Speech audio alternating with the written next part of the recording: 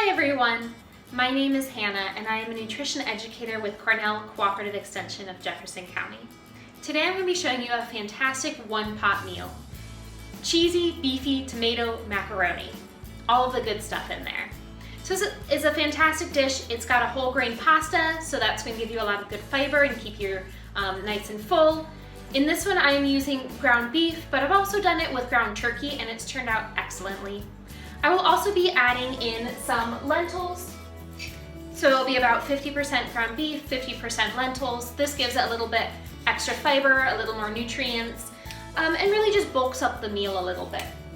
Helps the meat kind of seem like it goes farther.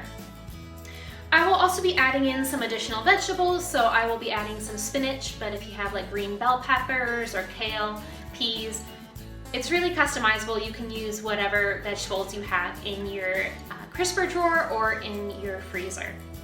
So let's go ahead and get started. First, gather all your ingredients. You can see I have some oil heating up here. This is just a neutral tasting canola oil. Get it in this big skillet. If you have one bigger than this, that works just as well. I wouldn't actually go in one much smaller than this. The only caveat is you do want to make sure you have a lid for it. So that will be important later on. For now, I'm going to start by sauteing my onions. Make sure they get coated with oil, and then we're just going to leave them for a minute.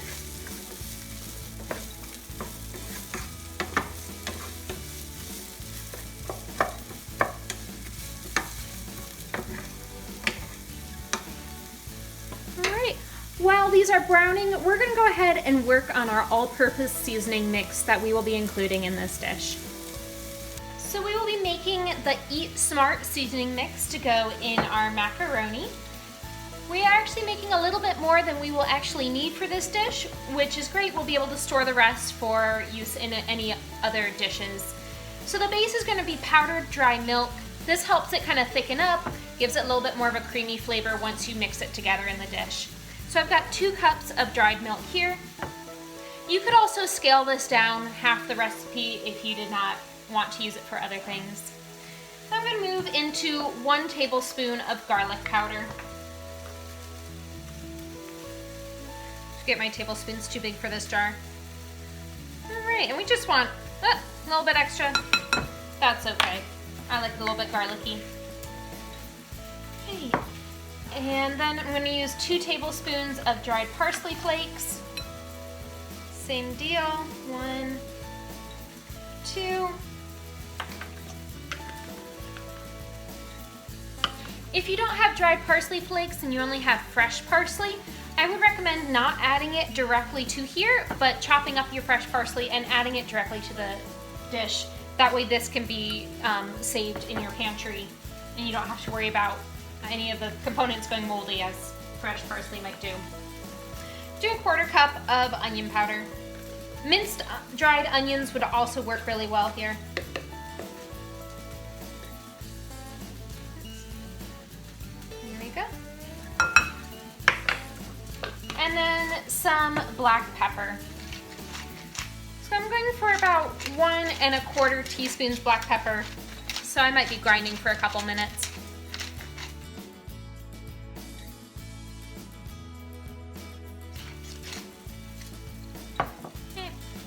So you could actually measure it out yourself if you wanted to. I'm going to go ahead and eyeball it.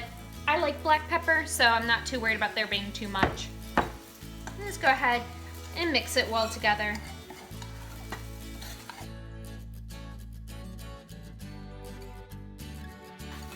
Right, and there you go. You'll see this is going to be just the base of our seasoning for this recipe. We will also be adding in some chili powder.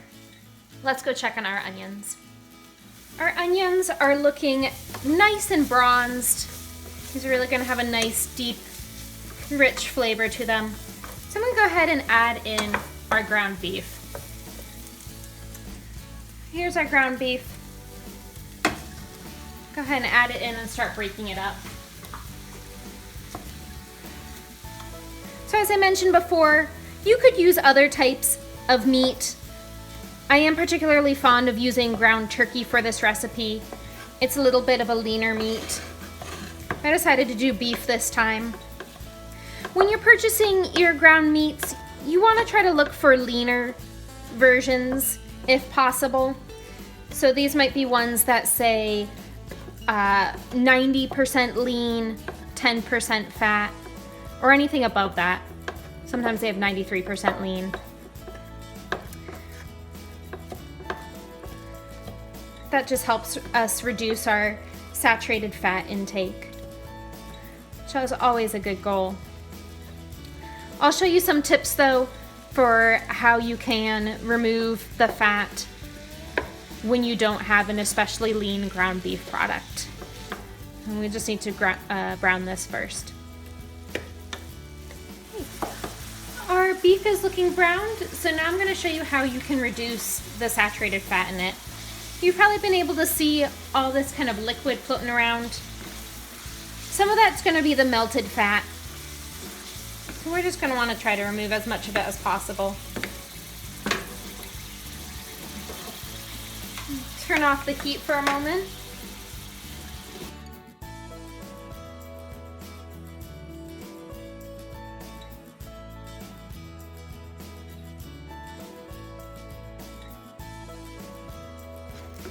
But that helps.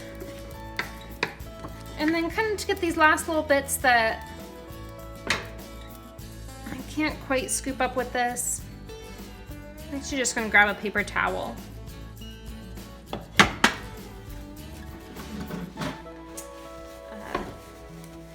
And go like this, like so. Just be careful, the liquid is hot, so try not to get it on your fingers. But it's not outrageously hot. All right. Well, that's quite a bit that I removed, right? So just reducing your fat intake, your saturated fat intake, particularly wherever you can. So I'm turning the stove back on. Again, if you are choosing a leaner meat that's more closer to like maybe 93 or 95% lean, you might not have that much liquid come off, and you might not need to perform that step. But I think it helps.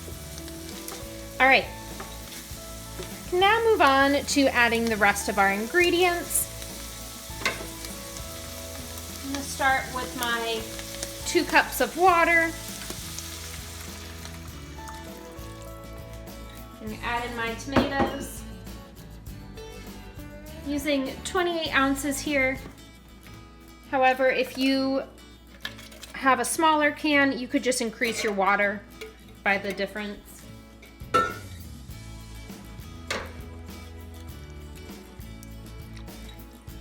In this case, a bigger pot might be a little more advantageous, but this will be all right. I'm gonna add in our seasoning mix that we worked so hard on. So 1/2 cup. So there's 1/4, 2/4. You can also add in whatever veggies you're using. As I mentioned, I had some frozen spinach. Add in some chili powder. I'm gonna do 2 teaspoons. Chili powder is optional. Gives it a little bit more robust, more complex of a flavor.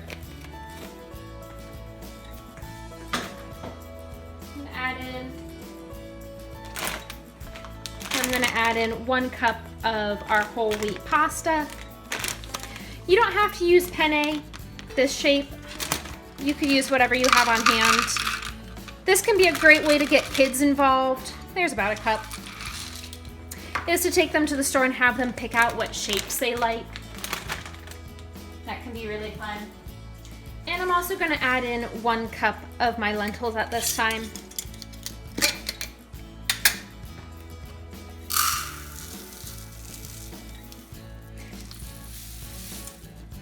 It doesn't really matter what type of lentils you use. I'm using French green, but you could also use brown lentils, regular green lentils. I would just maybe stay away from red lentils. Those will get a little bit too mushy. Depending on what type of lentils you're using, the amount of water you need in this might vary slightly. So we'll be checking on this dish, and if we see that it's running a little bit dry, we'll just add a little bit more. Make sure everything gets cooked and nice and soft. And just carefully mix it together. We're going to bring it up to a boil now. If you don't have a skillet this big, if you only have a smaller one option you could do, it won't be a one-pot meal, but one option you could do is brown the meat in whatever saute pan you have, and then transfer all of this over into a bigger dish. If you have like a large pasta pot or something like that that does have a lid, that would be another good option. You could also reduce the saturated fat at that point too and just scoop up the meat, leaving the fat behind in your saute pan. So that's a good option as well. All right, I'm just gonna let this sit and come up to a boil.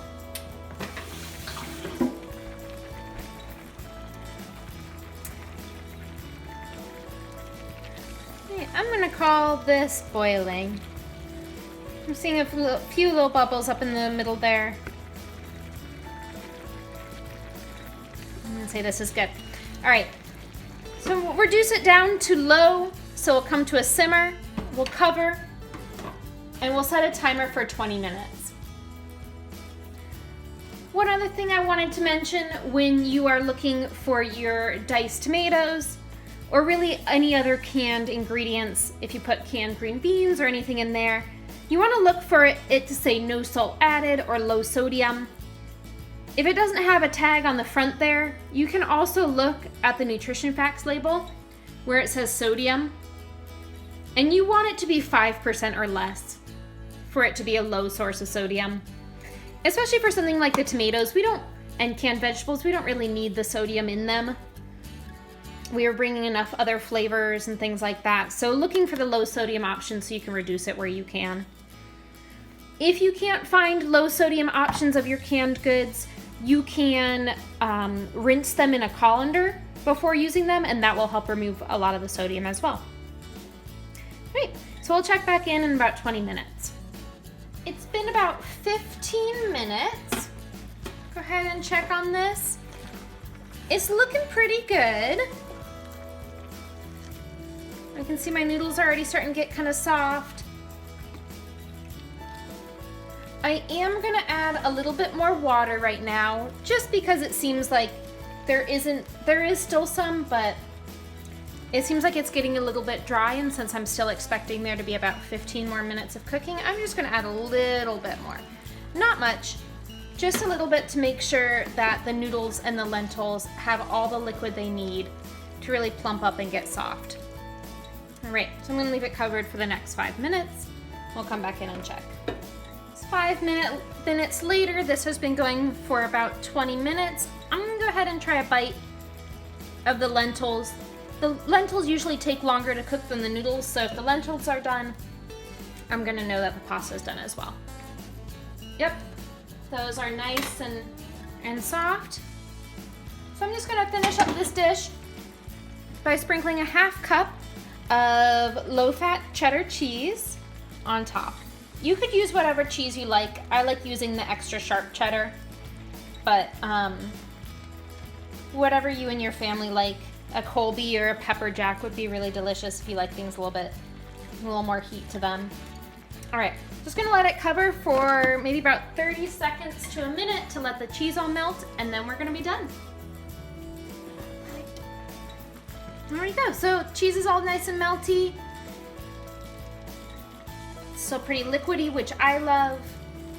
You could have omitted, when I added a little bit of extra water, you could have omitted it. I like it nice and juicy though. I'm pretty happy. So I'm gonna go ahead and turn off the heat, and we are ready to eat.